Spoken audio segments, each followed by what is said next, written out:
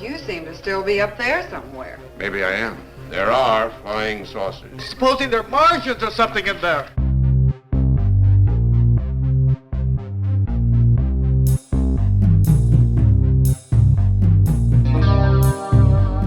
Hey guys, welcome back to another Weird Wednesday. I'm Asherz, and this is... Jayson.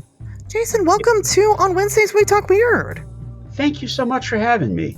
Absolutely, guys. This is my guest host for the week. Just like with the others so far, you are being heavily judged by billions of listeners. You know we have 16 billion listeners to this show. That's incredible. Well, 16 million people judging me. It's fine. 16 billion, and I didn't say billion. There were... Oh, you got me there. Okay, well, I'm kind of a hit with otherworldly entities, so maybe that works in my favor. Oh, good point. Well, again, thank you for coming on. I'm excited to get into tonight's topic, but before I do, how was your weekend? It was good. I'm having kind of a standard weekend where I just, I do the necessary. I'm in grad school right now, so I worked on my grad school stuff, and then I watched bad movies on Tubi because that's like all I have the energy for after anything. Do you have were any of them good bad movies? There are some really good bad movies on there, actually. They've got a lot of the old Hammer horror stuff. The Raven with Vincent Price is on there. That's a great movie. That's fun. They got a lot of Godzilla, and they have a lot of El Santo movies. I don't know if you're familiar with those at all. Oh yeah. Yeah, so I've been doing really well. I watched Mothra. I watched Santo versus the Karate Master. Nice. I'm great. I think that's fantastic. It sounds like a really good weekend, actually. I did not get to partake in much movie watching, but we'll get there because I have to tell you guys about my Mothman Festival experience. Right? Very exciting stuff. As you guys know, I was one of the speakers at this year's Mothman Festival the first time. It was a lot for me. I'll be honest with you. Not just be in like an event speak. Somebody described the Mothman Festival as the Super Bowl of cryptid events, and man, they're right. That's so true. Because it gets insane there. It doesn't get bigger than the Mothman Festival. So, but it was a lot for me because I started this journey because I attended the Mothman Festival in 2019, and so I had spent the last couple of months kind of. Not beating myself up, but, in a lot of deep thought, considering maybe this was my sign to retire the paranormal. I know that sounds weird, because why would you speak at the largest festival that there is and then decide, oh, it's got to be it? But it just felt, potentially very full circle. But leading up to the festival, things were kind of getting weird for me again in a good way. And, I've decided that that's definitely not the case. So, I had a great time. Of course, I saw plenty of the people that I love to see. The talk went really well. Of course, people showed up to hear me ramble about Injured Cold, right? That's the place to do it, if anywhere. And I met some really great individuals who... I plan to talk to later on. So I got one guy who shared his Mothman experience with me. And the reason why it was so neat is because he actually entered my talk like at the very end, right? So he didn't actually get to hear me talk about a lot of it. And I don't always bring up my Mothman encounter, but usually somebody in the audience will ask that I do. Because they've seen me before and they want to hear me tell it again, and that's fine. So somebody did, of course, and I shared my Mothman encounter with people, and he wasn't there for that part, but at the very end approaches me to tell me that he saw the Mothman, and the experience that he relayed to me was that he was a child in bed, and while he was asleep, he was like looking at his fish tank in his bedroom. And if he looked through the fish tank, that was kind of like the area where the door was. And so he could see this like dark figure start to enter his room. He said that at first he thought that it was his mom wearing a Darth Vader costume. because he's a young kid, and there was nobody else that would have potentially been entering his house. He didn't know why mom would be dressed like Darth Vader, but that's where his mind went. And then the thing starts kind of getting closer, and it's got these red eyes. He couldn't tell if it was wearing a cape or if it had wings, but it was all black. And then he ends up with a case of missing time after that. And then it just really rocked his world. But it's interesting because a lot of people, especially when I share my encounter, what happened to me and how the Mothman, essentially manifested, just formed in the room. People are always like, yeah, but that's not typical of Mothman sightings. Well, it's a lot more common than I think people realize. And so it was nice. It was nice to talk to somebody else who's had, a similar Mothman experience. And, we chit-chatted for a while. And of course, there's tons of other people with tons of other ideas. I'm not going to share them all. I'm kind of leaving them close to my heart. So, but that was good. It was great. It was a great time. Mothman Festival. And then this past weekend, I enjoyed, being at home. I hung out with some friends. Over the weekend, me and my daughter, we watched Little Shop of Horrors over the weekend. We tried to watch it every September 23rd because that's when it originally happened. But, we weren't able to, so we watched it over the weekend and had a good time doing that. I went to the Nerd Bar, which is something I've been, talking about doing more often. I saw a shout out to my best friend, Will. I saw my best friend, Will, over the weekend. That was good. That was pretty much it. That was my whole exciting weekend. My whole 2 exciting weekends, I should say. That sounds good. So, hey, that does sound exciting. Thank you. So while I was away, one of the things that happened was, so I shared my room with Potato Ann. A lot of people, if you've met me in person, you've met Potato Ann. Allegedly, she's my personal cryptid. And I also shared my room with Cassie, which you guys heard on the show a couple weeks ago. Cassie does artwork. Super, super cool friend of mine. We spent all weekend together, which was great because I don't think we've gotten to spend that much time together intimately.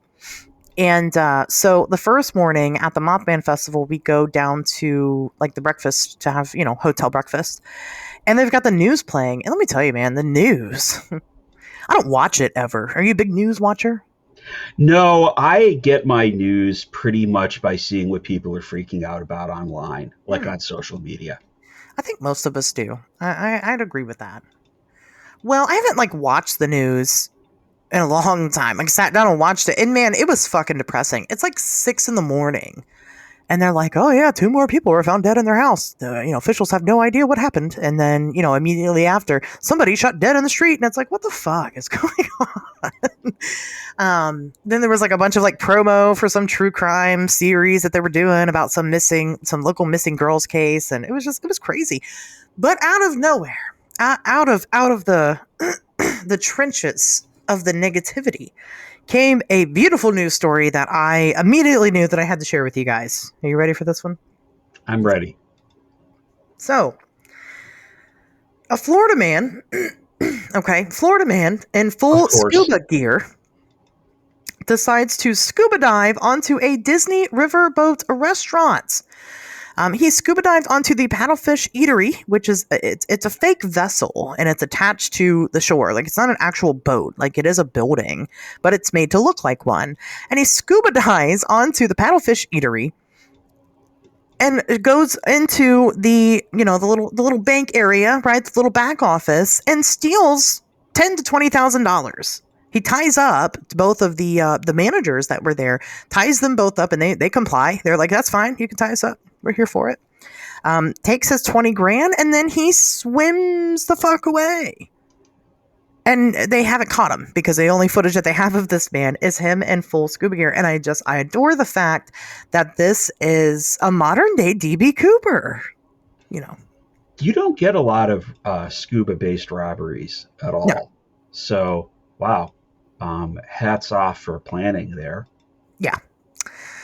Like I said, it's I think it's very, very impressive. Good for him. I hope he keeps his fucking mouth shut, because the only way this guy's gonna get caught at this point is if he blabs to somebody else that he did this, right? And $20,000, it's not life-changing money, But he only gets to keep it if, like I said, if he doesn't fucking tell anybody that he was there. So, so that is that story. Moving on to my second one, kind of a somewhat similar in that it involves a restaurant.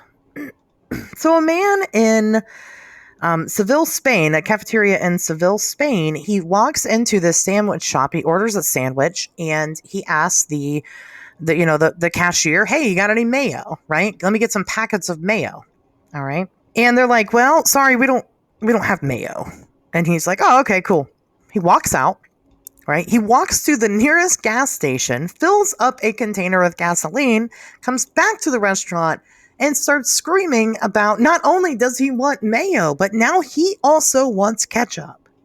And they don't have that either, right? So they're like, "Well, what restaurant is this?" It's a cafe in Seville, Spain. They got no mayo, they got no ketchup, they don't have condiments. And this man wasn't having it. You don't have fucking mayo? Well, guess what? He takes his bottle of gasoline, pours it all over the counter, sets it on fire. Sets that bitch on fire. Tries to blow up this building because they have no ketchup, no mayo. And thankfully, nobody was hurt except for the assailant. He had some burns that he had to get treated for. But here's the best part of the story. It's my favorite part of the story. First of all, my God, grow up. You're a grown man. I agree. I listen, I love me some mayo and some ketchup for my sandwiches sometimes. But throwing a temper tantrum like that, like, why not just go to the gas station and buy, or they have packs of mayonnaise, right? Like, get you a couple packs from the gas station, So anyway, I'm just saying the temper tantrum situation is something else. But my favorite part of the story is that Hellmann's, the famous mayonnaise brand, found out about this, and they are paying for the restaurant's damages. They're like, "Look, we see you. We're going to go ahead and help you with the repair cost. And we also want to help make it so that you are never in this situation again. So stock our Hellmann's mayo at your..." So like, that's their trade-off. Like, we're going to go ahead and pay for the repairs, but you've got to stock our mayonnaise at your shop. I suppose that's fair. I mean, it's a trade-off, I think that's, it says that it was upwards of $16,000 of damages. So, I think that's pretty good, even though their insurance probably covers something like that. Then again, it's Spain. I don't know what those policies are like over there. Maybe the scuba guy will come to the rescue. He'll pitch in some of his 20,000. Exactly. The scuba guy was the owner of the restaurant. He's just trying to get the repairs. Right. Exactly. We put it together right here, right now. Figured it out. Or he was trying to raise the money to afford to buy mayonnaise for his restaurant, and this tragic event happened. Ironic. He's like, it's ironic. He's like, "Oh, well, shit. Now I'm 20,000 richer." He'll scuba dive back to the eatery to give the money back, and then yes. And those two people will be like, "You know what? If you want to tie us up again, we were kind of into it." So. It's kind of the highlight of our week. Yeah, exactly. So, anyway, that's my news for the week. I thought it was pretty good. It's definitely entertaining. It's definitely better than the average news that you see from people freaking out about things on the internet. And that's the point. I mean, I could talk about that stuff, but you guys really don't want to hear me talk about that stuff, do you? Because you're sick of it, right? Because I am. Just saying. Well, getting into tonight's topic here, we're going to talk a little bit, or a lot of it, about, I don't, there's multiple universal terms for what we're going to talk about, or at least if I say at least one of these terms, all of you would know what I'm talking about. So we're going to talk about Tulpas. We're going to talk about Thoughtforms. We're going to talk about Egregores, and probably everything in between. So yeah, I'm going to start this off by saying, hopefully it lands. All of these things are exactly what you think they are. That's a good one. No, that was a good one. Thank you. I'm glad you caught it. I'm like, oh no. No, I'm like, I didn't laugh right away because I'm like, yeah, that's right. That's very true. Well, But thank it is. That's a good one. they are exactly what you think they are. Um, in the very simplest terms, all of these things are, they're basically manifested entities based on us, right? And are us creating them, right? With Right. some You type think of hard intention. enough. Yeah. Yeah, if you wish it hard enough, it becomes true. But there are slight variations to all of these things, and I'll be honest with you, all of these words as concepts have been around for a very, very long time. For example, some of them are mentioned in the Book of Enoch. They talk about tulpas, but they talk about them in like a different sense of the word, because they're not really thought forms, right? They're not created by us. They seem to be angels of some sorts. But then eventually in modern Christianity, but of course Christianity rejects the Book of Enoch, period. But in like modern Christianity, they see them more as demons, which is weird. But yeah, I mean, Yeah. that's pretty much where we're at. But some of them, like I said, have kind of some nuance to them. So a very simple term, because what's the difference between all three? Well, thought form kind of covers both tulpas and egregore, and anything else a thought form. You can it's basically manifesting almost anything with your thoughts, not just entities. But tulpas, there seems to be a trend where a tulpa is it's something created by an individual, whereas an egregore is created by multiple people in a group setting thinking of the same entity. Right. I know all of these things kind of through, in a weird way, both art and the internet, because the tulpas and egregores, and especially tulpas, though, really kind of came into modern life again on Reddit. Okay.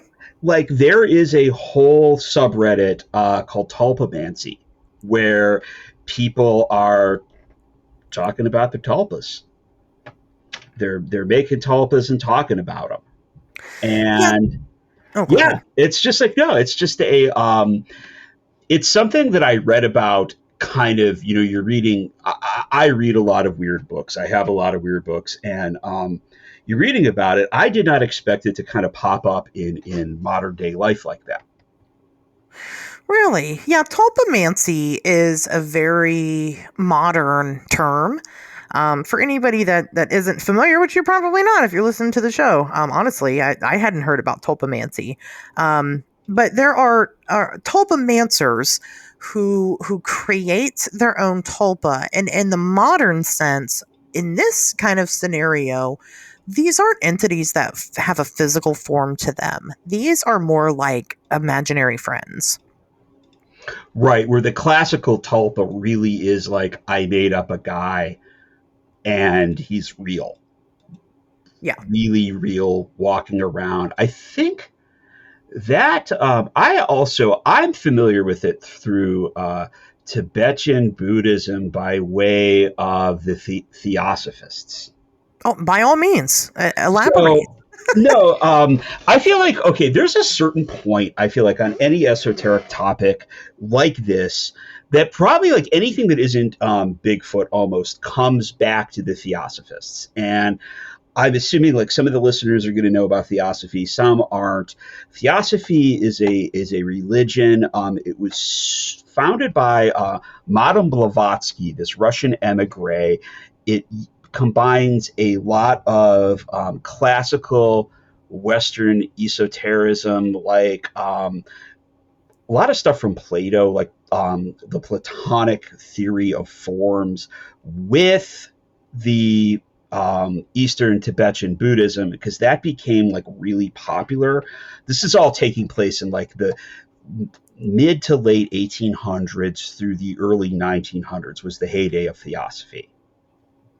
Okay. And there was a lot of combination on this, and there were a couple books that were published by Theosophists, and one of them actually is called Thoughtforms. So that book to me was like the early brush with it. They published a book before that about seeing auras, and then the second book was about seeing thought forms. And at that point, they were discussing the thought form as a real general, almost what we call vibes today. Like you'd see a shape and colors, and of course, all of this corresponded to like the emotional state of the person who was the actual person having these thoughts, and then the person viewing them was able to interpret them through this.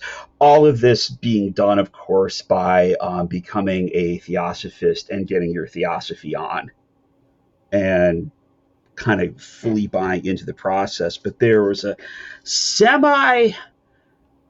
this is like famous in very loose terms because we're talking about the famousness of weird stuff. But one theosophist who was also a spiritualist, because everybody's got to be everything, Alexandra David Neal, made one. And this is kind of where the Mayday Tulpa started out and was having it do stuff. And I feel like this is kind of where a lot of these stories, at least that I've read, go.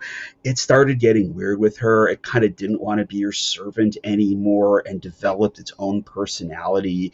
And she felt it was getting kind of really bad, weird, and sinister. So she dispelled it. So it's like AI before we had AI, right? Like the whole, like Terminator, right? Almost, yeah. Yeah, the same kind of story. You bring something into the world, and but then because you give it power, it can turn on you, and that's why you shouldn't play God, right? Pretty much. Although, we're always going to be, I think, faced with the lure of how, the call of wanting to do that, almost just to see if you can.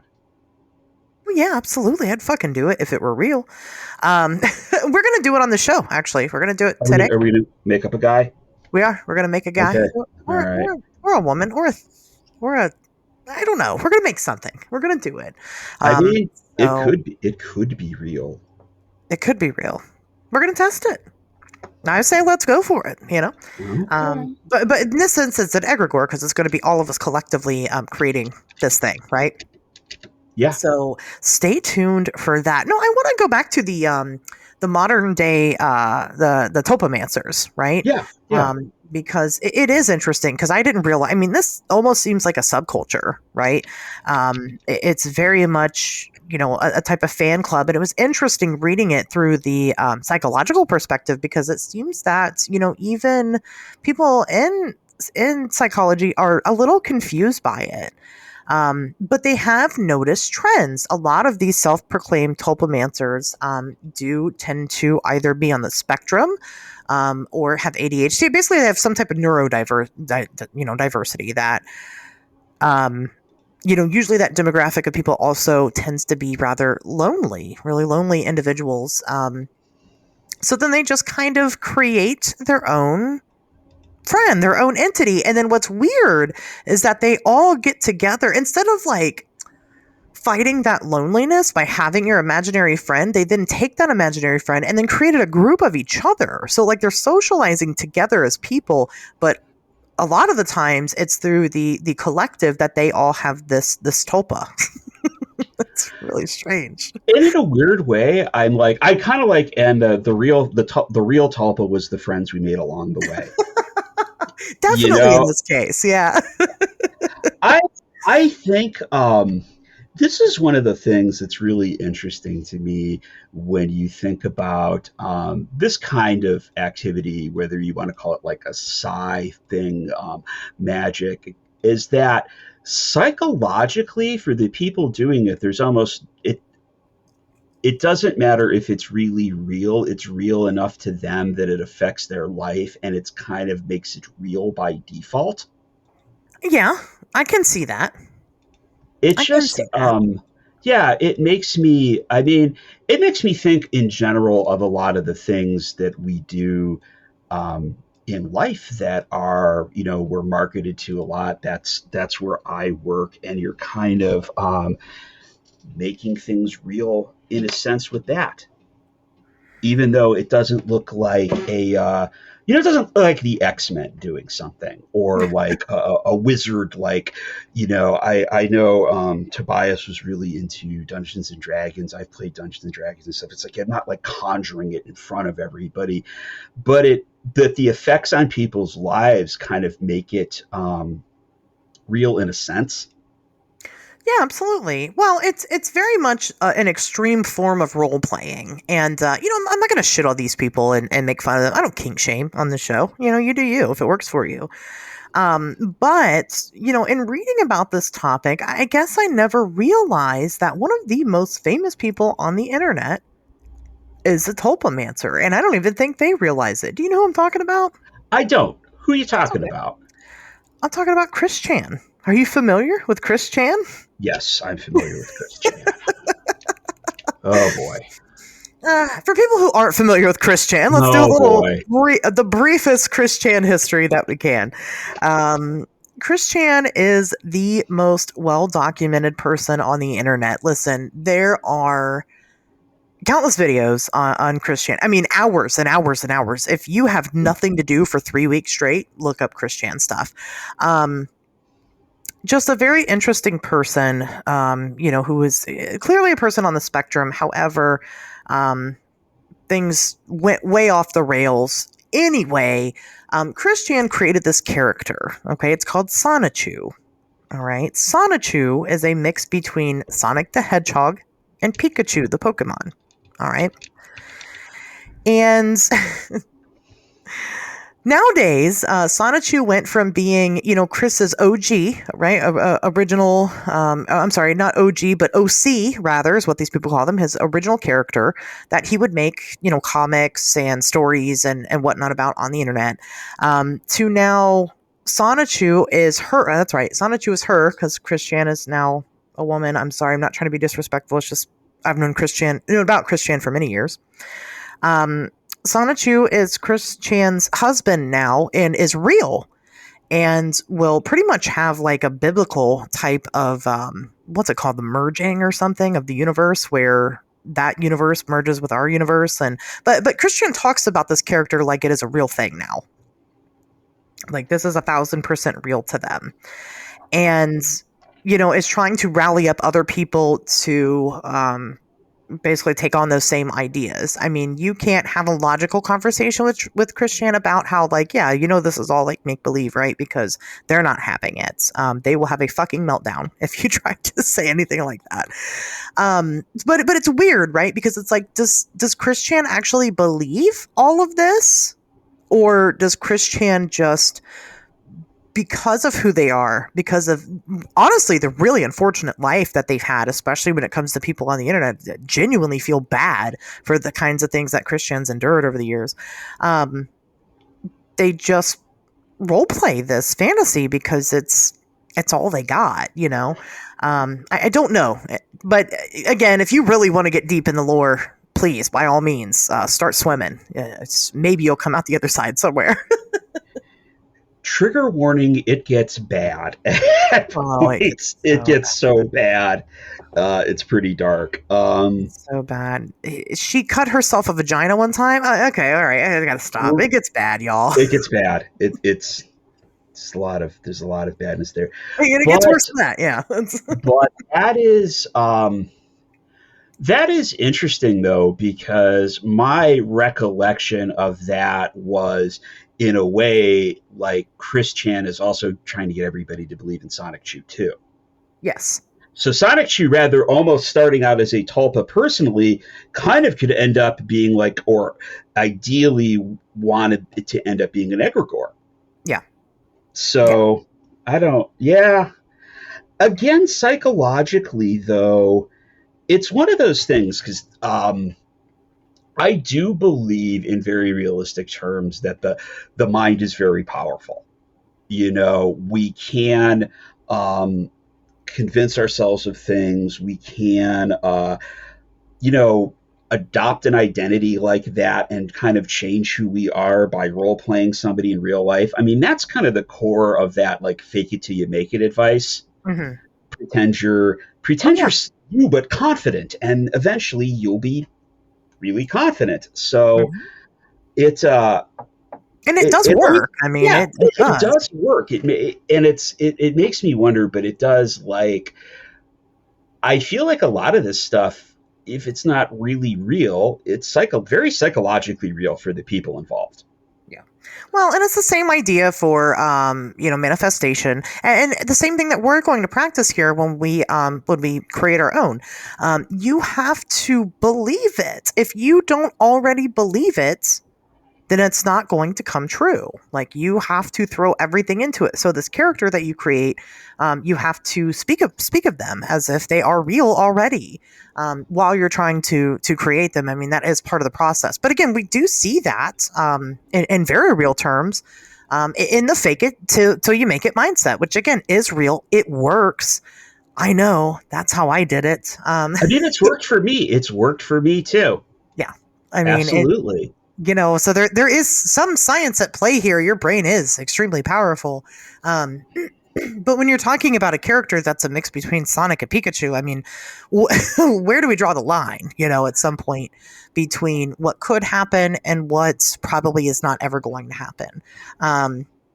Again, just using Christian as an example there for that case, there's plenty of other people that believe in a lot of other things that haven't necessarily come true with larger followings than people like Christian, right? That really do believe that it is, and then it isn't. That's kind of what cults are about. There's an interesting, just because Sonic Shoe is a comic, it made me think of Grant Morrison in The Invisibles. Okay. You're not a comic person, really? I'm not. Okay. Yeah. So Grant Morrison, if you're a comic person, is a fairly well-known author. They've been writing for a long time. They started like in the late 80s, and they're still around. They're still doing stuff. They, them pronouns. He was he, and then it's they. So they had a book called The Invisibles, which was about a group of magician type people that were trying to thwart the forces that keep reality mundane and kind of sucky. And Grant Morrison is a practicing chaos magician. And I don't know if the folks are familiar with that. If not, that is a school of magic that kind of came about. These are really people that really believe in magic and really practicing it. Came about in the 70s as a result of kind of the post-Aleister Crowley magic. And they're very much whatever works is magic. Whatever you believe in, you can do it. You don't have to create a highly elaborate ritual. You can just kind of create your own rituals for your own effects, believe in them, and do them. So going back to Grant Morrison is a tall, bald guy. He's writing The Invisibles. The protagonist, the leader of the group of good guy magicians in The Invisibles, is a guy named King Mob, who is also a tall, bald guy, very much like Grant Morrison. He's really a self-insert. So Grant, for the sake of a good story, good drama, starts putting King Mob in the story. You have to have that bad second act where everything falls apart for the protagonist, and his life really started getting bad at that time. And he created the concept of this, kind of how you could form an egregore or form one of these things called the hyper sigil, where everybody's focusing all their mental energy, all their thoughts on this one thing. Everybody's reading The Invisibles every month. The comic comes out and bad stuff happens to King Mob, and all this psychic attention is focused on it. And Morrison really believes that he kind of did himself in with that. To get out of it, he got to the third act where the heroes triumph. King Mob gets the girl, he gets the success, everything works out for him, and it's great. And he claims that his life turned around when he did that. Yeah, I have heard, someone was telling me about this kind of recently. I don't think it was you either. I think it was someone else. I have heard of this a little bit. Okay, it's like, again, amongst comic people, it is a fairly well-known tale. because that book, like, again, it was like the weird. It was a DC Vertigo book, and it was for like it's for adults because it has you know, fucking swearing and exit wounds in it. That's what constitutes. But it did have mature themes, but it did have all that stuff too. Yeah, it's a story that's out there. Sure. Yeah, there's another even weirder story relating to comics. Now that I'm on the comic toot. Now that I'm ranting about this, there's a guy named Alvin Schwartz, and I don't think he's with us anymore. He was a guy that wrote Superman, and he wrote it in the 40s and 50s, and he wrote this incredibly strange book. I've read this, being a book nerd, called An Unlikely Prophet. And in that book, he claims that he was contacted by this entity named Throgden, which appeared as this really tall guy. And Throgden was kind of initiating him into this kind of a Tibetan Buddhism way of making the tulpa. Okay. And he eventually comes to realize that, like, Throgden himself is somebody's tulpa who just kind of he hit that point where he broke free and he's running around and he's doing his own thing. And it's a strange book. It ends up with basically the author getting in kind of a tight spot somewhere and being rescued by Superman. And kind of in that combination of like, where does it, Tulpa, Egregore, he states that Superman is an Egregore that is actually physically manifesting into the world and running around and helping people with stuff. Huh. Interesting. Weird read. Not a bad book though, honestly. Like, still in print. It's like, if you're like, I'm tired of reading normal books, there's one for you. Interesting. Okay. Wow. I could see that though. I mean, again, you're talking about people that probably have a lot of neurodiversity. Seems to be a common trend here. It's like that, and a lot of imagination though too. Yeah. It is. Well, very much so. It takes a lot to create a character. I know you guys will hear me struggle through it when we get to that point. We'll get there. I do want to switch gears a little bit and talk about, potentially some of the evidence for something like this, right? It is strange and unusual, but surely people aren't just, creating, second personalities and going, oh yeah, I'm a tulpa, I'm an egregore. No, absolutely not. There is maybe a case to be had for some of this stuff. So, kind of moving on to more of the idea of an egregore, which again is multiple people manifesting the same type of entity. We have that a lot. If your young kids are listening, I suggest you, probably don't have them listen to the show, period. But if they are, for now, turn away because I'm going to drop a bombshell. Are we ready? Are the kids out of the room? Good, great. Santa Claus could potentially be an egregore, right? We have tons of people in the world who believe in Santa Claus, and Tobias Whalen. I mean, he wrote a book about people having seemingly genuine Santa Claus encounters, and I'm not just talking about the men at the mall. There are interesting people who swear up and down that they saw Santa in his sleigh flying through the sky on Christmas Eve, or, there are examples of people actually seeing this, but not just Santa Claus as a physical person, right? Or entity manifested into reality, but Santa Claus as, well, guess what? A thought form. I'm 34 years old, and I will tell you that I believe in Santa Claus. But when I say that, what I mean is more the like the magic for Christmas, right? The idea of giving and unconditional love and all of those good feelings that happen, and we certainly do see every single year it roll around like clockwork. What if we treated each other all year round like we do during Christmas time? Because we definitely don't, right? Christmas time we have a boost in people wanting to be generous.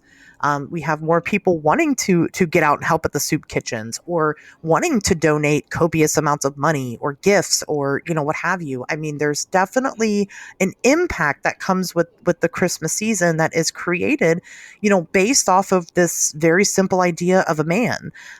So whether or not he actually owns flying reindeer and is the owner of a bunch of elf slaves, it is really irrelevant, because we do see this manifest in a different form year after year. I choose to believe that the elves are unionized and I would working hope for so. Santa, but I hope so. They need to be. If they're not, you guys need to get on that shit. Demand a raise. You guys deserve it. You work hard. But yeah, no, I don't know. What do you think about the idea of Santa, and the magic of Christmas being a potential Egregore? I like it. It's probably one of the more positive ones I've read about, because really most of the examples I've read and I have are kind of bad, and I like us being nice to each other. I like the idea of Santa Claus being out there in one form or another. I like the idea of Superman being out there. I like the idea that collectively we can manifest some good in the world. Yeah. And again, even if it is feeling the spirit of Christmas. Absolutely. Although I have read Tobias' book, and I think there is another book on that subject, and those are pretty neat encounters. Yeah. I would take a Santa encounter over Mothman in my bedroom. If you were going to tell me, like, you're going to have an encounter with some kind of thought form, something from beyond, but you can pick Mothman or Santa, I'm gonna go with Santa. I'm gonna chicken out on it. Yeah, Santa. Mothman's never bought anybody any gifts, so exactly. Mothman right now is out there saying, "Is not my juicy ass a gift to all?" That's fair. And that's a tough choice, because on one hand, one of my love languages is gift receiving, and another one is touch. So, it's tough. You're stuck there. Oh boy. I know. That's a tough choice. But no, I agree with you. I think it's fun. I think it's fun to believe in something like that. And for the rest of my life, I'll be like, I leave out cookies and milk for Santa every year, and I always will. Oats for the reindeer, you got to. But does he ever eat them? My kid thinks he does, so. Good. That's good enough. That's fine. So that's, I agree with you. Probably, I think that's the most positive that we're going to get on this list. We're going to go completely off the rails here, and let's talk about our buddy, your friend and mine, Slender Man. Ooh. Yep, Slender Man. I don't think Slender Man's my buddy. I don't think he's anybody's buddy. But I'm trying to keep it open, because I certainly don't want to be a victim.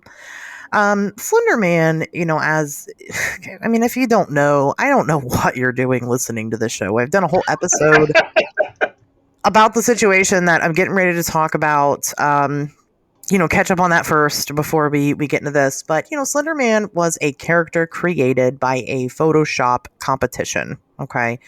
It was on some forum that somebody had posted a picture of kids at a playground, with this dark, well-dressed thing in the background. Very tall, very slim, no face, very horrifying picture.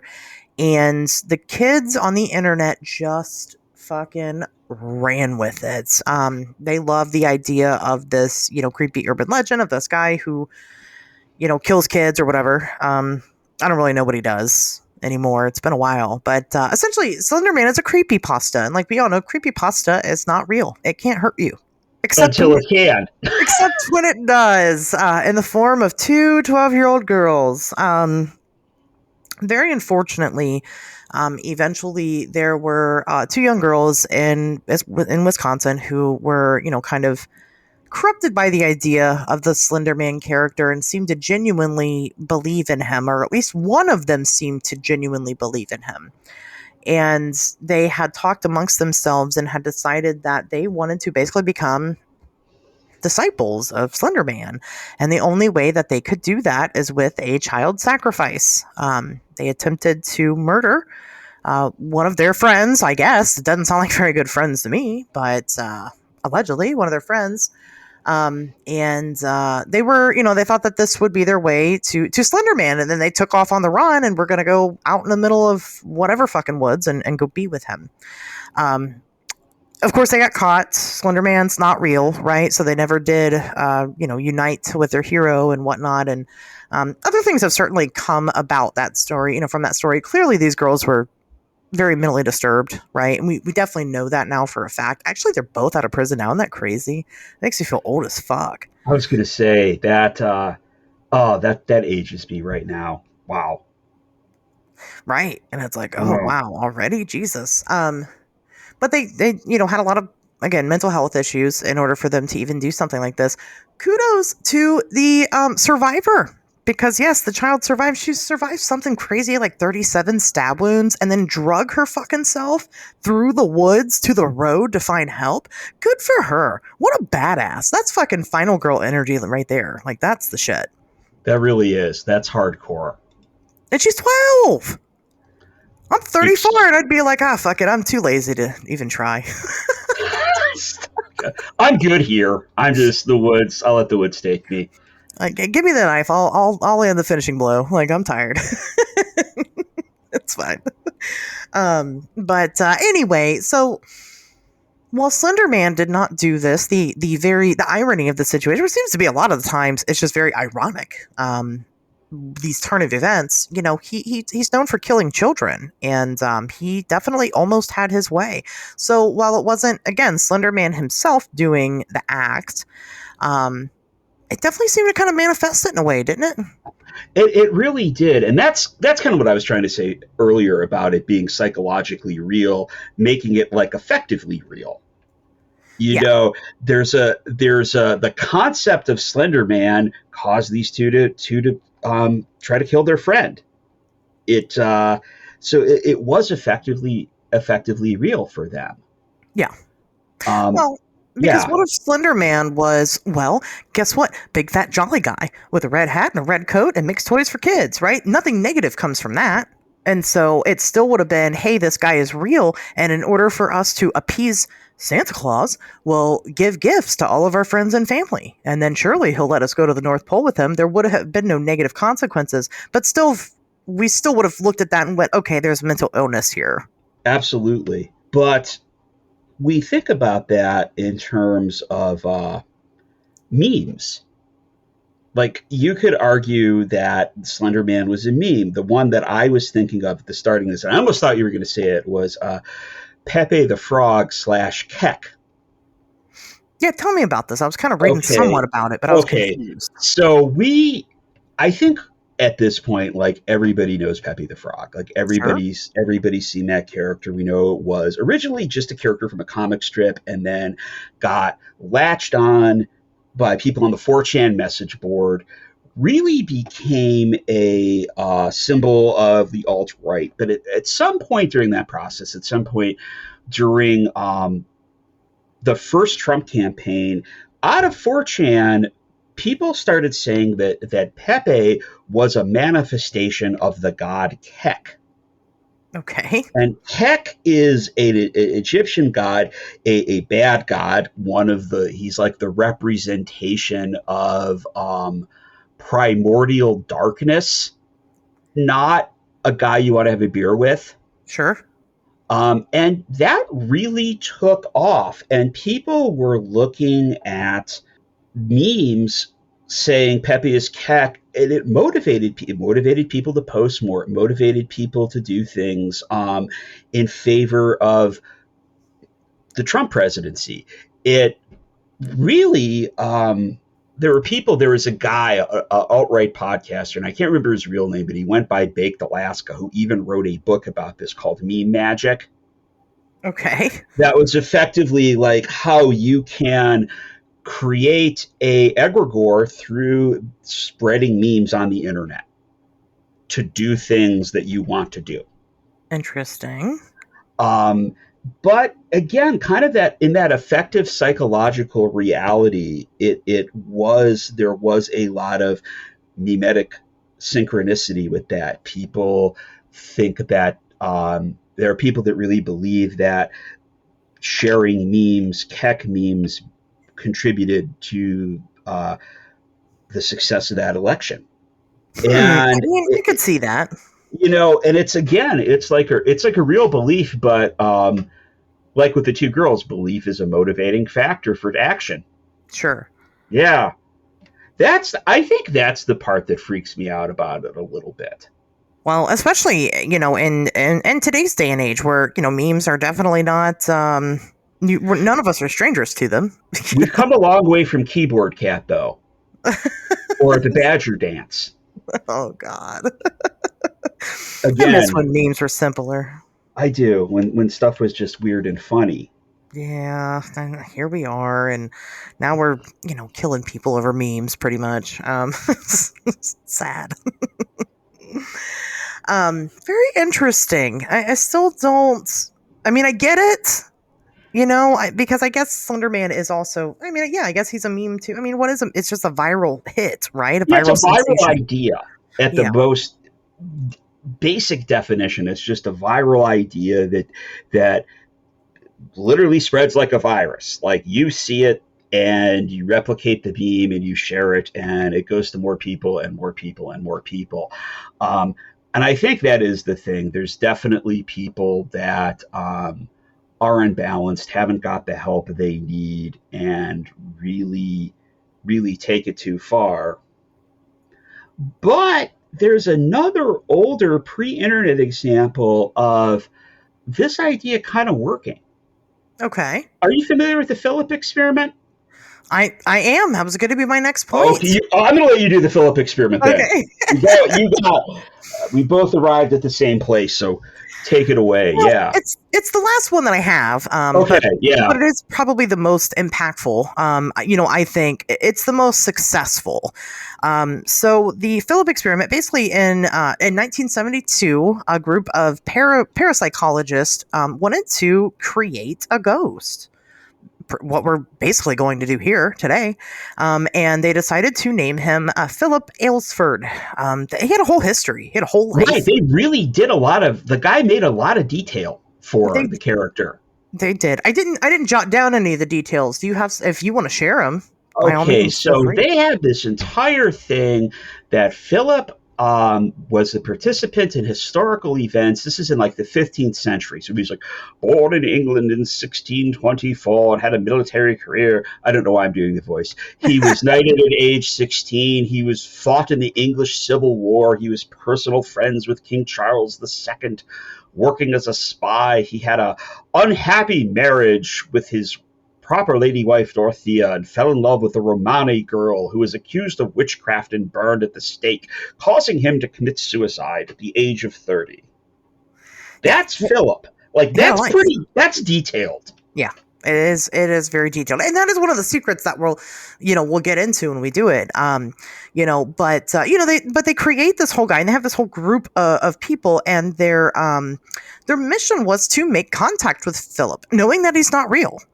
Okay, knowing that they completely made him up, they wanted to communicate with Philip. So they all sit down and they start trying to make communication, and it's not really going well at first. They're like, this is not really, they're all sitting down. They're like, hey, Phil, what's up? And nothing happens. And, they're like, hey, Phil, how's your weekend? And he didn't say anything. So they're like, okay, let's get serious. So then they turn the lights down real low, right? They light up some spooky candles, right? They got some crystals all over their little table piece there. They start doing a more traditional seance. And to everybody's surprise, they start getting results. So they're calling out to this Philip guy. They're very concentrated on Philip and his existence and his life. And, they're asking him very pointed questions. And while they never got a full manifestation, a full apparition of Philip, it was a lot of stuff. They had, disembodied touches. They had, breezes, right? Cold breezes. At one point, their table even lifted up by no other human intervention on its own, and stood on just one leg. They were definitely in contact with something. And the Philip experiment has gone on to yield results time and time again. It's not just Philip at this point. We have seen groups across the world conduct very similar experiences where they create a character, they attempt to make contact with the character, and they do seem to make some type of success with this. They do seem to have some type of contact with something. I mean, so it's not nothing, y'all, right? This is one of those things where I get into the maybe really real in a way another book I read, because everything comes back to a book I read. Real Magic by Dean Radin. Familiar? No. Okay. Dean Radin is a actual PhD of what I can't remember, but he is a real scientist, and he works through the Institute of Noetic Studies, who are kind of the folks that are still trying to pursue serious parapsychology and in controlled laboratory settings. And Dean has at least done experiments and claimed to he's got a bachelor's and a master's in electrical engineering and a PhD in educational psychology, so he does have some legit background. Dean has claimed to have conducted psi experiments where people are trying to influence the output of random number generators. So you have the scientifically created device, random number generator. These are used in a lot of internet security and things. It does what it says. And it's basically true random number generator. And I can't explain the science behind it, even though I've read it. They should just spit out random numbers, like I said. But people focusing on a result have gotten, and I can't remember what the criteria for this is. I want to say it's over 15%, constitutes a statistically significant result, have been able to influence the result of the random number generators. Interesting. I love numbers, yeah. so I love this. And Dean Radin is basically like, we really need to study this. We really need to put money and resources into this. Of course, most researchers don't want to, because it's the taint of the supernatural, where it's like, oh, nobody's going to take this seriously. Another guy, I feel like everybody's got a guy. Most people's guy is Keel. Keel's like a really popular guy. I like Scott Rago. Okay. Have you read a lot of Scott Rago by any chance? I have not. Okay, Scott Rago, he's an interesting guy. He's not with us anymore. He died. This is kind of he died under mysterious circumstances in the mid-90s. I have to do the voice for that one. He wrote a lot of books on paranormal phenomena. And his basic thesis for almost everything, and he wrote, I'm talking like 40 books, was that a lot of the stuff that we see when people claim to have like a full visual sighting of something is psi. It is literally manifesting the vision that other people can see, that some people just rare people have the juice to do that. Okay. Which makes me think of, going back to the success of the Philip experiment and the fact that there's at least statistical evidence that we can exert some measure of influence on reality just by thinking, that maybe if you do the Philip experiment, the collective group is doing it. Okay, interesting. I don't know. I just he wrote a book, really another one. It's book nerd time with me always. The Haunted Universe. Okay. Really good, and that's basically his hypothesis that strange phenomenon are psychic projections from the minds of the viewer, which again makes me say, like, there's some evidence, statistical evidence for psi. It's not, like I said, not everybody is going to be Jean Grey or Professor X from the X-Men movies. and comics of the same name, but maybe something's happening. I think that, obviously the big reason why we're talking about this is because there are a lot of people who have that same theory, right? That's not a foreign concept in the paranormal world. Whether you're talking about cryptids or aliens or ghosts or whatever, it's strange moth creatures with fat asses, I get it. I personally, and I could be incorrect, I think that this phenomenon is sentient. I don't think it's bred strictly from us, but I do think that they play off of our senses and our minds and our creative images and what we know to appear a very specific way to us, which is still, us not necessarily manifesting them, but just perceiving them in a way that our brain can accept that we perceive them that way, which is weird and hard to explain. But I do find the concept of us creating these things interesting.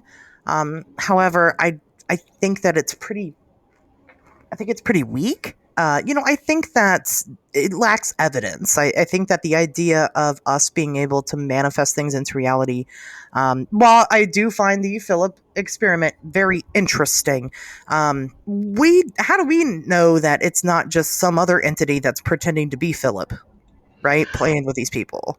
We don't. I mean, at the end of the day, we don't know anything. I think the different hypotheses are interesting.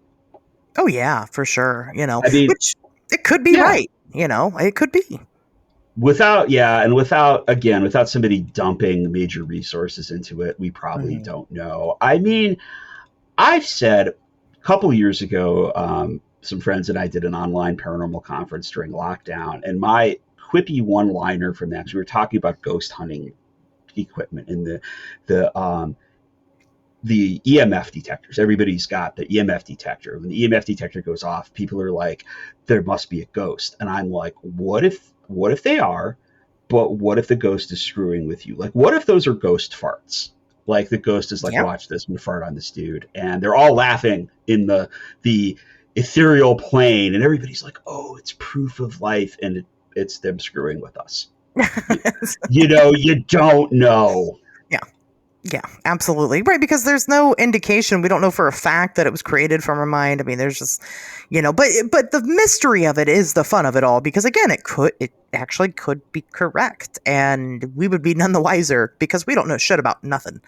I thought of another one that I wanted to talk about. Two more, actually. Okay, in this conversation. Let's talk about this man for a minute. Have you heard of this man? I have not heard of this man. Tell me more. Yeah, so just Google it, this man. There's a whole website. I think it's thisman.com. We did an episode on it on one of my spinoff shows, and it's super interesting. So there is a guy who created a website, created a drawing of a particular individual that he claimed he would see in his dreams quite a bit. Oh, I think I have heard of this. Yeah, of this man? Yeah. Yes, go. Yeah. Let me keep going. Let me see if it is what I think it is. It probably is. So he put up posters of this drawing that he created of this man and wanted people to get on the website and report their encounters with this man. Who is this man? He didn't know. And people, sure enough, guess what? They did.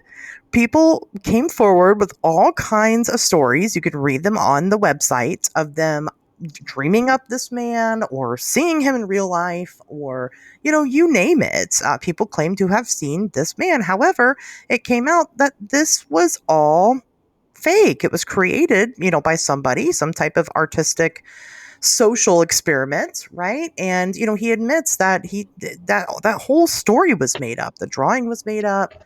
And there was never this man. So then you got to wonder, did everybody else just kind of join in on the fun of it all? Or did he create this man and people were seeing him? I feel like almost, though, in the very literal sense that, like, when I dream, I have a lot of rehash of the day, but with weird dream logic. Sure.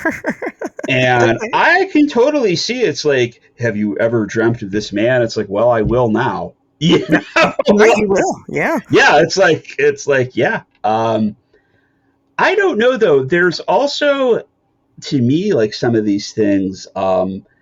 Could they be like the Jungian archetype of something? Absolutely. Those are also concepts that we see a lot of, in the paranormal. And I think that having experiments like this man I think they're very important, really. Um, Sorry, I lost my train of thought. I did pull up the website. It is Yeah, I was looking thisman.org. looking at it too. Yeah. Really interesting because I had a friend that isn't into this stuff. Had a Hat Man sighting. The Hat Man was the next one I was going to bring up. Now there you go. Okay, we're right into it. Yeah. So nice leeway. Go ahead, talk about your friend's Hat Man sighting, and then I'll So tell my piece. the Hat Man sighting was real. Having a classic Hat Man sighting. So you're sleeping in bed, you got the door open, they're in their apartment, so there's nobody else there, and they wake up and see this silhouette in the door frame of the classic black silhouette with the black slouch hat on, and we're just really freaked out about it. And then they kept seeing it, and eventually they asked me as like, hey, weird friend, what do you think about this? And I'm like, that's the Hat Man. Like, you're seeing the Hat Man. And they went down the whole rabbit hole of finding out about the Hat Man. Poor guy. Actually, yeah, somebody told me a Hat Man encounter this past weekend at the Nerd Bar. Okay. Of course, they were just two people. I show up at the bar by myself, and they're just two people having a conversation. And then for whatever reason, like the guy was like, "You want to hear something freaky?" And she was like, "Yeah." So he starts telling the story about his niece or something, claiming to see like his grandmother, somebody she'd never met before. And they just got on to the subject of like the paranormal. And I was like, not to be rude, but I kind of know somebody who's super into that. It's me, by the way, I'm somebody. And, told him who I was and stuff. Anyway, so he tells me, his Hat Man story. He was in his room one night, walking past his window. He sees the silhouette of a man with, the classic hat, dark figure, but this time he had a pipe. And he said, but the problem was that his bedroom window was 11 foot up in the air. And they lived on a farm in the middle of nowhere. So, pretty concerning. That'll do it. That would concern me. But the Hat Man, so the Hat Man is also, that's kind of, man, it sucks because it's a lost episode that you guys will unfortunately never get to hear. I recorded a whole episode on the Hat Man with Eddie the Axe Jefferson from the Bloody Bits Horror Show. And we talk about it, and in my research looking into it, Hat Man encounters were not a thing before DPH was a thing.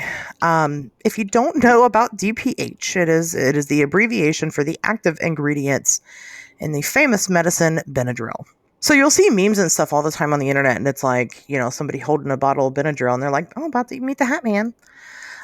Because this is a phenomenon. It's kind of similar to DMT and the Machine Elves. Right.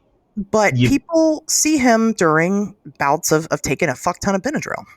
But again, these stories, they didn't seem to come out until that point. There really wasn't like this famous history of Hat Man sightings. All of a sudden, people are having this collective experience, taking the Benadryl, seeing the Hat Man, posting it on the internet, and then all of a sudden the Hat Man booms in popularity. And now it's not just people taking the Benadryl that claim to see it. It is a bunch of people that are like, I've seen that too, even when they're not on Benadryl.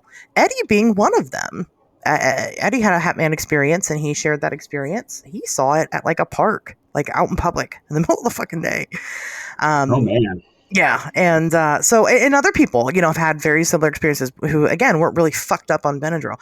That whole situation, it's actually a really sad saga. If you ever look into DPH addiction, it's really crazy. If you want to fall down a really depressing rabbit hole and feel better about yourself, I guess. It's tough. My friend was not on Benadryl.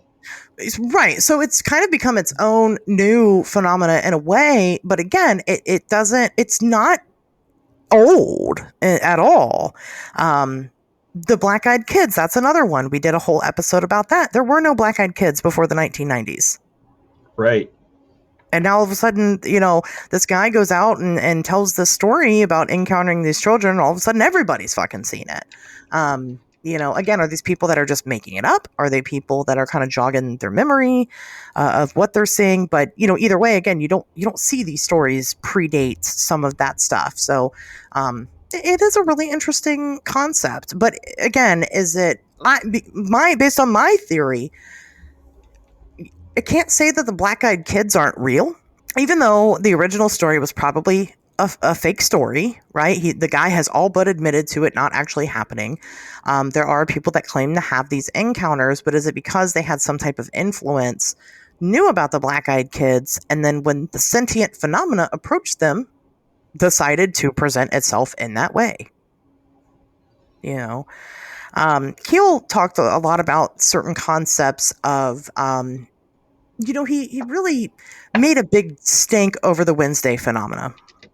And if you guys don't know what that is, it is basically Keel took a pool of about 900 UFO sightings and found that most of them took place on a Wednesday. One of the inspirations for the name of this show. We know now that most UFO encounters actually don't happen on Wednesday. It just so happened most of them did in Keel's pool of what he had, but we've done hundreds of thousands of them now, and we know that usually they happen on the weekend. However, when Keel did that, he shit his pants. He's like, oh my God, they have some type of concept of our time, which is interesting because on Earth, our time is very specific to us, which means that these things really fucking study us. Like, they know how we operate. And I agree with that. And it seems that they ebb and flow with folklore and pop culture and urban legends to kind of fit our narrative as opposed to forcing us to accept it as it is.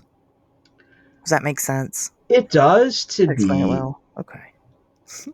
I related that when you were talking about it very much to the whole trickster archetype. Yeah. Yes. And that's another thing that is common in all older religious systems. It makes sense viewed through that lens that when you're talking about it being external, that it is an entity that is aware of our thoughts, although it's impossible to define because it's the trickster. It's going to change. It's going to do different things, and it's going to kind of lead you, kind of like Keel did, down the path and then pull the rug out from under you at some point. But yeah, it makes sense to me viewed through that lens. Yeah. And that's like, again, like, great book. Everybody should read it, even though it's a chore. It's a long book, Trickster and the Paranormal, which actually made me think about kind of the importance of theater in the ritual when those people were just like, hey, Phil, what's going on? How's your weekend? It's like, no, man, we got to get spooky. We got to make this legit seance first. Oh, yeah. You got to get into it. It's really important. You can't just be like, okay, now I believe it. Yeah. You got to have. That's something that I personally practice when I go out and investigate. I like to take a skeptic, but only if they're going to play along. Because that is part of it. I mean, it really is. If you're not going to get super into it, then don't fucking bother. Don't bother coming out. But when you start getting into it, something seems to happen normally. Yeah, there's a big difference between a skeptic and a debunker. So yeah. Well, yeah. I want them to be the sound mind, right? To tell us, no, you guys, there's this explanation for it. It's this. I want them to be the opposing view because I want to actually discover, not just claim to discover. I won't do that by being biased. So, but yeah, for sure. I mean, but I need them to at least play along, and they do. And when something does happen, that's when it's very exciting because then they're like, oh shit, maybe there's something to it. it's very fun in that regard. But yeah, it is a very interesting concept. And like you said, the trickster, I mean, that's a concept that is, I mean, it's as old as we are. We've always had something like that in whatever religious background and whatever culture. But we have also seemed to have had something similar to, well, guess what? The thought form. And every religious background and every culture, they've had something similar, which is something that we create rather than something that influences us. So it is interesting. It's very much a chicken or the egg type of argument. But I think that's what makes it fun, is because none of us are wrong. It's just the way it is. Except if you're me, I'm wrong a lot. But yes, frequently. But I don't know. I mean, that gets very deep into that whole notion of the origin of consciousness, and is the universe what we are all making up with our waking consciousness. I read another short book, and this is where my memory is just gone. That was, the guy was basically saying, like, we're just all imagining it, from the DMT elves to Bigfoot, but it is real because reality is just our minds. Yeah, it's subjective. It's real to us. So, just like professional wrestling is real to me. It is obviously the most real thing that ever existed. Definitely. Who's your do you watch a lot of professional wrestling now? I don't. I watched it. I had 3 periods going through it where I watched it when I was a kid, kind of in the the Hulk Hogan era. Then I got really into it during the Attitude Era, as many people did, and then I kind of had I guess it was kind of like this when CM Punk got big in WWE. Sure. And I watched through that era, but I actually really haven't watched it probably since like 2015. The fun thing about it is that you can just jump on it whenever you want to. It's true. Mid-story, Yeah. I really enjoy it a lot, though, for those theatrical elements. Oh, yeah.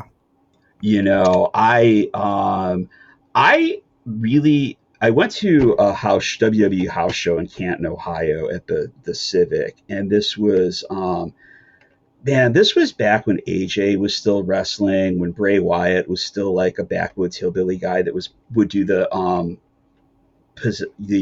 Exorcist crawl. Okay. And I genuinely had not a real mystical experience, but we were in there. It's dark, just the stage is lit. And there's no announcers. They weren't broadcasting any color commentary at all. So I'm just watching this, and I'm like, it is though the gods have descended to do battle in front of me. I love that. This is an incredible. This is like an incredible moment where, you are moved past the rational, just for a moment. It's been a the long real time magic there. But you're right. Yeah, it is. But that theatrical stuff is important to all of this stuff if you're going to do it. Well, are you ready to get theatrical?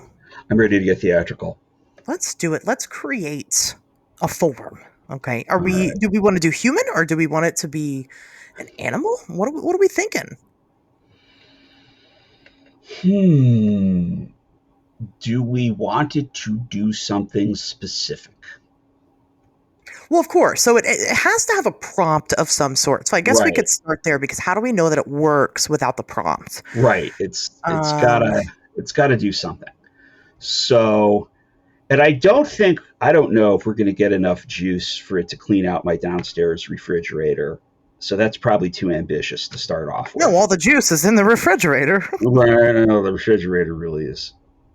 New forms, a new cryptid will arise. In 20 years, there will be a cryptid festival in my little village if I don't get after that. But yeah, what do we want it to do? Let's do something, I think, practical. Okay, how about this? It will leave. You will wake up one morning after dreaming of this man. So okay. You have to go to thisman.org in We'll order go to to. this man. We're loading this man up into the It's collective not this man, unconscious. but it's this man's. This man's. It's not this man, but it is his. It's his uncle by marriage. Okay. Okay. This man's uncle by marriage on his mom's side, of course. Okay. So after you dream up this man with his uncle by marriage on his mom's side, you will wake up and you will have two, not crazy, two small scratches on your left shoulder. Left shoulder. Okay. Left shoulder. So that is the prompt. Now, what does this man's uncle on his mother's side look like? I think that he should have strong features, but I think that he should be short because I feel like this man is short. Okay. And we all know that short men get that from their mom's side, Okay. right? The 5'6" dad always blames the mother. Right. So, but she's got short men in her family too, so he's a short king. Well, we'll say he's about he's not too bad, but fuck it, we'll say he's 5'4", right? Okay.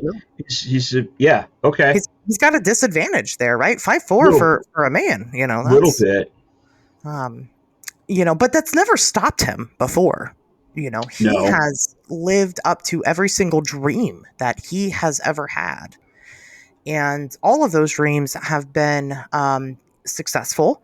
And even though some people may see them as effeminate, he put the man into those dreams. He made them very manly. So let's see here. He is what does he do for a living? What is that dream? That effeminate dream that he made super manly. He's got the world's manliest flower shop. I love that. Yes. He's a florist. Yep. He's a florist. But he's a dude's florist. He's a dude's florist. Well, he wanted to go to school for botany, but his parents did not have the money to send him to school. So he spent a lot of time on the family farm, working in specifically the garden. And he made the best damn arrangements in all of this man town that there was. Yes.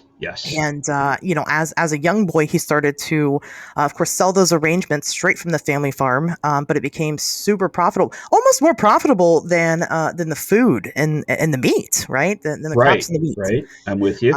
So his family at that point in time, his dad felt some type of way about it at first, but after seeing his son make all the money that he did, and he bought a sweet fucking Camaro with all of those savings. As DC said, money talks. Money talks, exactly. His dad was like, son, I'm going to give you a loan. And his dad gave him the loan for his first flower shop. And he opened it up. I guess he needs a name, right? What's this man's uncle's name? What's a good flower shop, short king? Stan. Bud's Flowers. Bud's Flowers. Ooh, that's good. Yep, Bud's Flowers. Yep, Bud's Flowers. And go ahead. Bud's got his pristine. What did you say? He's got a pristine '95 Pontiac Firebird. Ooh, He's kept very up, nice. Parked in front of the store. Very nice, very nice. And the flower shop, I mean, nonetheless, it is booming. He did the flower arrangement for the mayor's grandma. Right. He's the guy. He's the go-to. He has established that rep, and that's why he's that successful. Yeah, he's the guy. 1-800-Flowers tried to buy him out. And he said, no, of course not. That was his life's work. He's passing it down to his kids. Of course, that no good nephew of his, this man, he ran off and went to New York or whatever, and became a weird internet meme. Right, he sold his soul for fame on the internet, and that's. But Bud's kids did not. They respected Bud the rest of his life, and they go on to continue. They all work together now in this beautiful flower shop in. What town should they live in? I don't know. I'm not good at towns. Silvertown from Joe Dirt. Okay, perfect. I'm with you on that. I was going to give it the extremely generic Springfield. Hey, I grew up in Springfield. There's a Springfield everywhere. There I is. think I always think of the archetypal Springfield, which is both where the Simpsons are from, but it was also before that time where Cobra from G.I. Joe is based out of. Oh, yeah. My Springfield is not good. I'm sure. Well, you're in Ohio, and you know Springfield, Ohio. Oh yeah, I know. Not good. I did go to Springfield, Missouri one time. Who does claim to be the official Springfield? And I was there. I was on a bus. It was part of a 20-hour bus trip that I took, and I was at the bus stop, and I was stuck there for a while. And they played Simpsons nonstop on the TVs there at the bus stop. It was pretty cool. So let's put him in Springfield, Missouri, then, instead of Springfield, Ohio. I was going to say Silvertown. Oh, Silvertown. That's right. Okay, let's go with Silvertown because this is still it's an imaginal place. Yeah, exactly. Well, and Joe Dirt talks about how wonderful it is, and you guys have seen Joe Dirt. Like, come on, you know Silvertown. Like, that's one we all. I guess we all know Springfield. But we know Joe Dirt is good. That's a good movie, and we all know it. You're right. I like it. Silvertown. All right, let's go with it. So again, when you dream of this man, you don't necessarily need to dream of his Uncle Bud, but it's fine if you do. That will be your prompt. When you wake up in the morning, you will find your 2 scratches on your left shoulder, not from any aggression, just from he accidentally, he went to give you a rose and you accidentally got the thorns. Yup. So he feels bad about it, but it's not that bad of a scratch, so you're okay. Yeah, exactly. Right. Just put a little Neosporin on it. You'll be all right.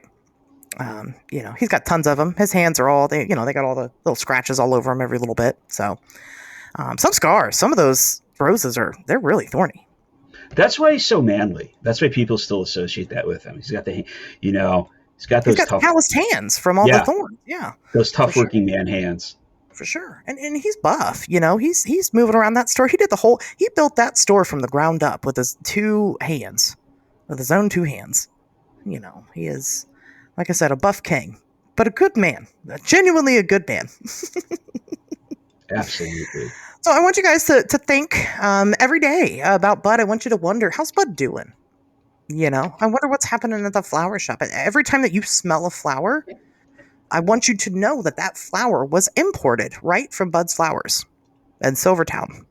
And as the days go on and maybe the weeks and maybe the years, of you thinking about Bud and wishing him well every so often, I hope that one day Bud leaves his message on you. I know he will. He wants you to know that it's okay to follow your dreams. That is ultimately Bud's goal. And when you get those 2 scratches, you'll know for sure that it is definitely okay. And it's also a sign that you're on the right path. Yes. So for some of you, this might take a couple years, but some of you are already there, right? So that is your sign. And when that happens, you come tell us about it. We want to hear it, right? That's the point. We need results. Take a picture. We do need the evidence. And we'll collect that data for years to come. And it should at some point in your lives happen to each and every one of you. I'm sorry, not it should. It is going to happen to each and every one of you. Well, do you want to add anything else to Bud and his origin story? I think Bud is good. I'm just going to tell you, Bud has a yellow Camaro. So if you see the yellow Camaro, it's Bud's Camaro.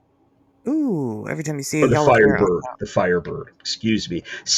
They're the same frame. They're the same car, but it is a Firebird. So if you see one, it's Bud just rolling around. Yep. Taking a little vacation in your town. Selling his flowers, right, to your local flower shop. That's Uncle Bud. Absolutely. I'm excited to see how this goes. Yeah, I look forward to seeing him. Absolutely, yeah, for sure. No, we will. I really hope there's results from you guys soon. I want them now. I'm thirsty for those results. I'm really thorny for those results. Oh man. Anyway, Jayson, thank you so much for coming and joining me on this episode, on this topic, on this journey, right? Hey, thank you for having me. This just turned out to be one that I was like, actually, I know a fair bit about this one. So let's talk about it. For sure, for sure. I will post links in the description if you have anything you would like people to follow or pay attention to where you're at. So I'm more than happy to share them with folks. Do you have any final words on the topic? Anything you want our listeners to know? I think what you said it best is like when you see Bud, you're on the right path and it's time to follow your dreams. That's what I want you to know. I think that's a beautiful message. I'm here for it. Absolutely. Love that. Okay, well, with that being said, guys, we'll see you back here next Wednesday.